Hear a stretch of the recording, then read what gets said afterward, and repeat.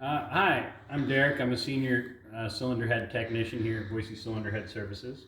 Today we're going to go over a little bit about the Subaru single overhead cam VVT cylinder heads.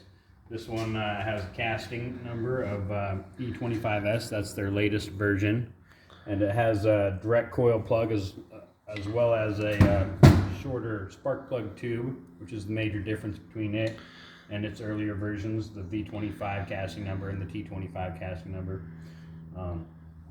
What we do when we get a set of heads like this in our shop is there's a couple different things we look at right off the bat. In the exhaust ports, we'll check and look at the guides to see if any of them have been noticeably slipped out. It's a very common issue for these things to slide towards the valve, dropping off the valve stem seal, causing oil to burn. And that's a big issue that we see with these cylinder heads.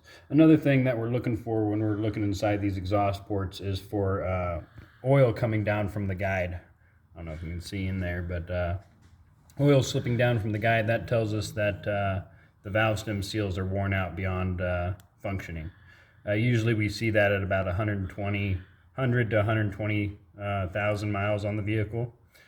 And if you let your oil go bad and don't change it out frequently, you could also see a cam seize up, which would damage your cylinder head beyond repair. And then you'd have to replace your whole entire cylinder head. Another thing that we look at would be right in between the intake valves here and the spark plug hole. It tends to crack right along there. Sometimes it can get pretty serious. It can get below the seat or way down deep in the spark plug hole. There's potential for coolant leakage and maybe even valve seat fallout, which would be a big major issue that you'd need to replace your cylinder head with or for.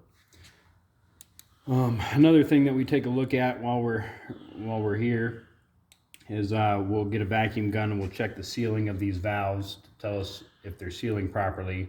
That'll give you good compression ratios, good leak down numbers as far as the cylinder head's concerned.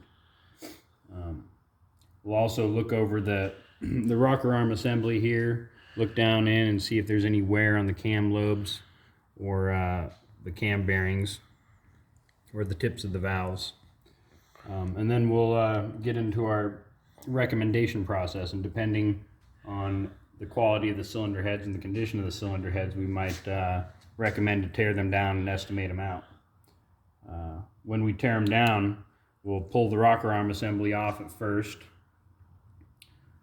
get those out of the way, check to see if the cam spins, and then we'll pull the springs and valves out. We'll grind the valves and estimate the head, check the guides, and go over the whole thing and work up a solid estimate. But remember, it's all in your head.